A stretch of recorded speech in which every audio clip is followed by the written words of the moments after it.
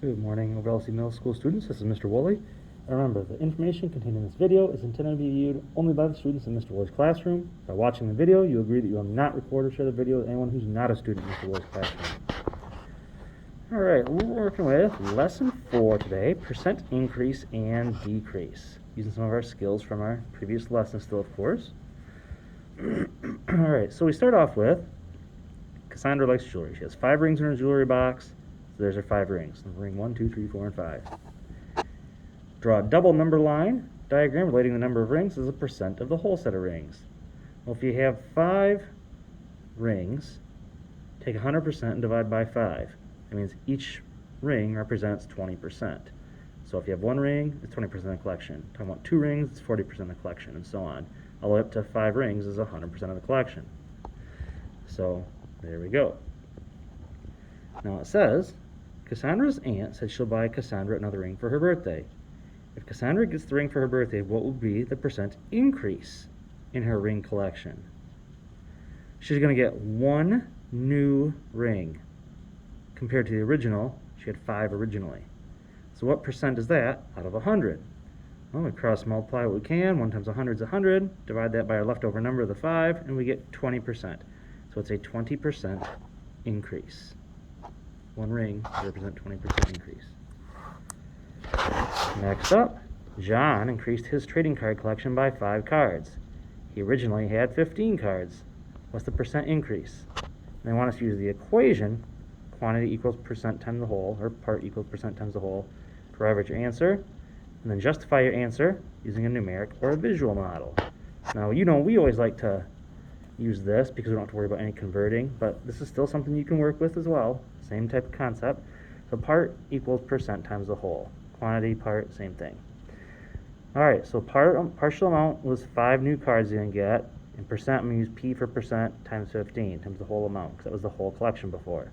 Instead of times by 15, we divide by 15, divide by 15. Our old algebra skills, you get P equals 0.333 forever, which is like a 33.3, or we're just going to say about a 33% increase. I can set it up this way. It's an increase of 5 cards out of the original 15 is what percent out of 100. So cross multiply, and I get 500, divide by 15, I get 33.333 forever, which is once again about a 33% increase. So same thing for both, 33% increase. Remember which way you like to do it. Alright, B. Suppose instead of increasing the collection by 5 cards, John increased his 15 card collection by just 1 card. Will the percent increase be the same as when Cassandra's ring collection increased by 1 ring? Why not? Why or why not? Well, 1 ring of an increase for her represented a 20% increase. John's card collection, if he gets 1 new card out of the 15 original, that's only about a 6.6 repeating, or approximately a 7% increase. So it's not the same. They had a different original number. So if you increase by 1 and you only started off with 5, that's a pretty good jump to your collection. But if you already got a bunch, 1 extra card is not going to be a huge jump to your collection. So you can see it's a 20% compared to a 7%. They had different original numbers to start with. All right. So it says a sales representative is taking 10% off your bill as an apology for any inconveniences. So you could, if you want to figure this out, just say, oh, 10% gets subtracted from my original bill. So whatever your original bill is, take 10% away from that, and then take that money away. Or you could think of the fact that you're only going to pay 90% because 10% does get taken away, so there is only 90% left that you're responsible for. That's sometimes a way to think of some of these problems we'll be seeing coming up in the future here. All right, next up. Says Ken said he's going to reduce the number of calories that he eats during the day. Ken's trainer asked him to start off small and reduce the number of calories by no more than 7%.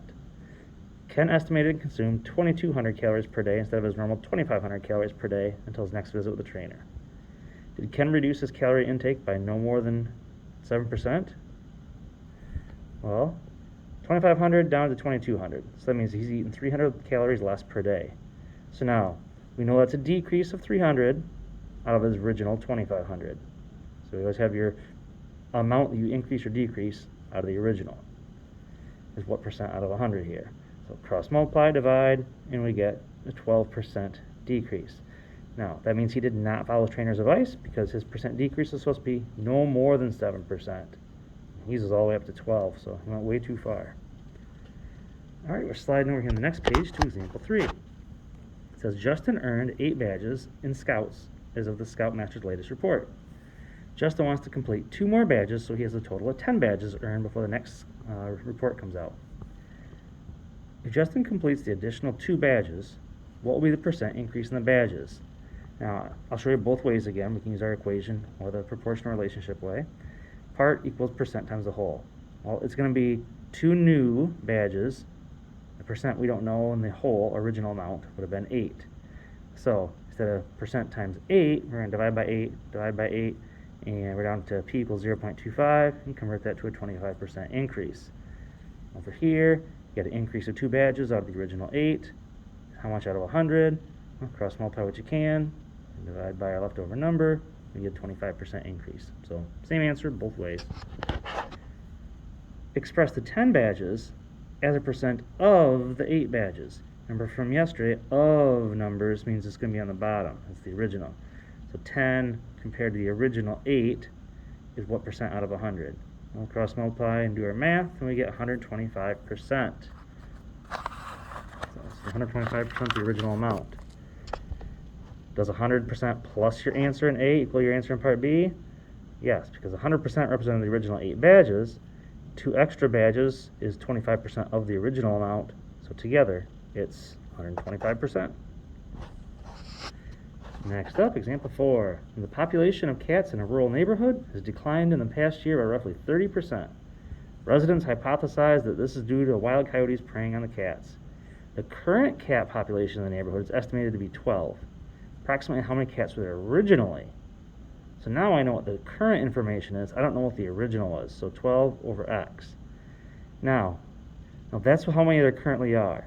Well, over here for my percent, remember how it's went down 30%? So 100%, the full amount, minus 30% means there's about 70% of the cats left. So that's why current number is 12, and currently is about 70% of the original. There, so 70 over 100. That's why I use 70 here, not a 30. Because this represents the current amount, 70% represents the current amount.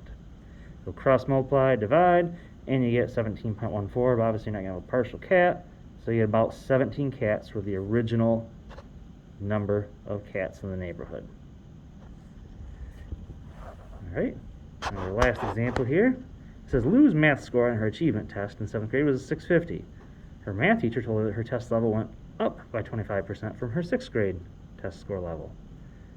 What was Lou's test score in the 6th grade? Well, I know the new information, the 7th grade. I don't know the original, the 6th grade, so we're trying to find out. So the newest information over the original is what percent out of 100? Well, remember, her test went up 25%, so 100% plus the new 25% increases. She's currently 125% what she used to. So once again, cross multiply, divide, and answer is 520. The original score was 520. So went from 520 up to a 650, and that was why we have such a big increase. All right, thanks for watching, and go ahead and give your homework a try in Schoology.